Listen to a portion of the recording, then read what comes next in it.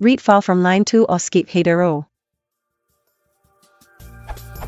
How can I skip the header row and start reading a file from line 2?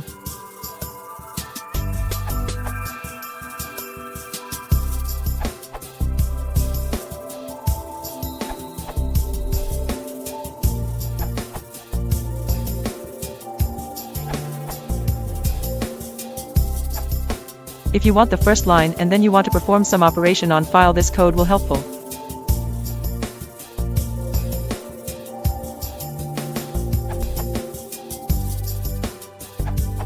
If slicing could work on iterators.